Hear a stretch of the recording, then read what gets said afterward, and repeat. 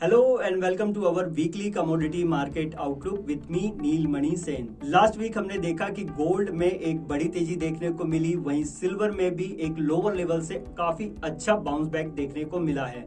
जैसा कि हमने पिछले वीकली आउटलुक में बात की थी कि गोल्ड में एक बड़ी तेजी देखने को मिलेगी, वहीं सिल्वर को भी लोअर एंड पर बाय करके ही चलना चाहिए। यहाँ पर सेलिंग अपॉर्चुनिटी थी सिल्वर में, बट बाइंग के लिए जिस तरीके से मौके, क्योंकि सपोर्ट लेवल्स के आसपास था, तो वैसा ही ट्रेडिंग सेशन हमने देखने को मिला है पिछले हफ्ते में।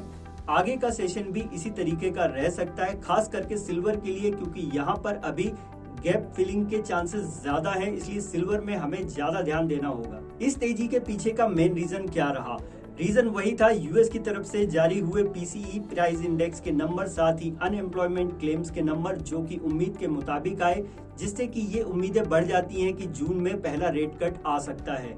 इसीलिए गोल्ड और सिल्वर दोनों में ही हमें एक अच्छा अपसाइड का मूव देखने को मिला है। अगले हफ्ते की यदि बात करें तो काफी इंपॉर्टेंट डेटा इस हफ्ते भी आने वाले हैं, जैसे कि यूएस में फेड चेयरमैन की टेस्टिफाई है, साथ ही यूएस के जॉब मार्केट के डेटा हैं और ईसीबी की मॉनेटरी पॉलिसी है, जो कि प्रीशियस मेटल्स के लिए इंपॉर्टेंट रहेगी। तो इन नंबर्स पर हमें ध्यान रखना चाहिए।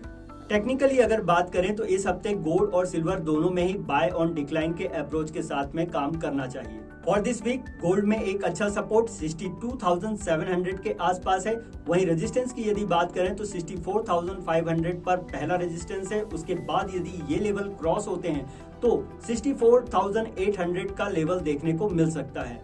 सिल्वर की यदि बात करें तो यहाँ पर 71,000 का एक अच्छा सपोर्ट है, वहीं रेजिस्टेंस 73,200 पर अभी भी इंटैक्ट है। एनर्जी पैक को देखें तो यहाँ पर नेचुरल गैस में जो एक बड़ा अपसाइड का मूव देखने को मिला है, हमने इसकी बात पिछले वीकली आउटलुक में बात की थी कि यहाँ पर पोजिशनली जो बाय करना चाहते हैं वो बाय कर सकते हैं और अपसाइड का एक बड़ा ट्रेंड देखने को मिल सकता है।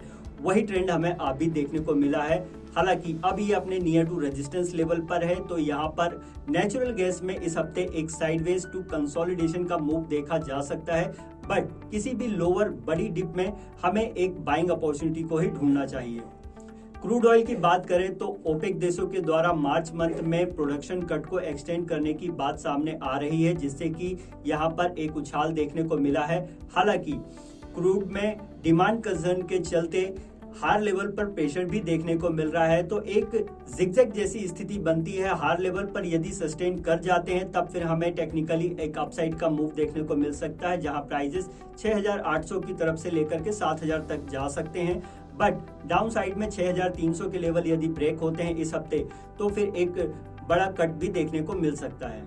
क्रूड ऑयल के लिए इस हफ्ते एक अच्छा सपोर्ट 6,300 के आसपास है, वहीं रेजिस्टेंस की यदि बात करें तो 6,850 पर पहला रेजिस्टेंस है। इसके बाद 7,000 और 7,050 तक के लेवल देखने को मिल सकते हैं। नेचुरल गैस में एक अच्छा सपोर्ट 140 पर है, वहीं रेजिस्टेंस 170 पर इंटैक्ट है। लास्ट वीक चाइना की तरफ से आए फेब मंथ के मैन्युफैक्चरिंग पीएमआई के नंबर लगातार पांचवी बार भी उम्मीद के मुताबिक नहीं रहे और कमजोर ही आए, जिससे कि सभी बेस मेटल्स में हमें एक दबाव देखने को मिला है, जहां पर कॉपर, जिंक और लेड खास करके इन तीनों कमोडिटीज में हमें गिरावट देखने को मिली है और ये गिरावट आगे भी जारी रह सकती है। इसलिए अगले हफ्ते के लिए इन तीन कमोडिटीज में सिर्फ हम सेल ऑन राइज की स्ट्रेटेजी को लेकर के काम कर सकते हैं। हालांकि एल्युमिनियम में हमें एक अच्छा बाउंस बैक देखने को मिला है, तो यहाँ पर बाइंग अपॉर्चुनिटी बनती है, but near to resistance level है, इसलिए यहाँ पर बहुत ज्यादा अपसाइड का मूव देखने को नहीं मिल सकता। 204, 205 के ऊपर यदि सक्सेसफुली सस्टेन करता है, यदि क्लोजिंग मिलती है, तब हमें फिर 208 से लेकर के 210 तक के लेवल देखने को मिल सकते हैं इस हफ्ते। फॉर दिस वीक सभी बेस मेटल्स के सपोर्ट एंड रेजिस्टेंस की यदि बात करें तो कॉपर में अच्छा सपोर्ट 718 के आसपास है, वहीं रेजिस्टेंस 735 पर अभी भी बना हुआ है। जिंक में एक अच्छा सपोर्ट 211 पर है, वहीं रेजिस्टेंस 222 पर है।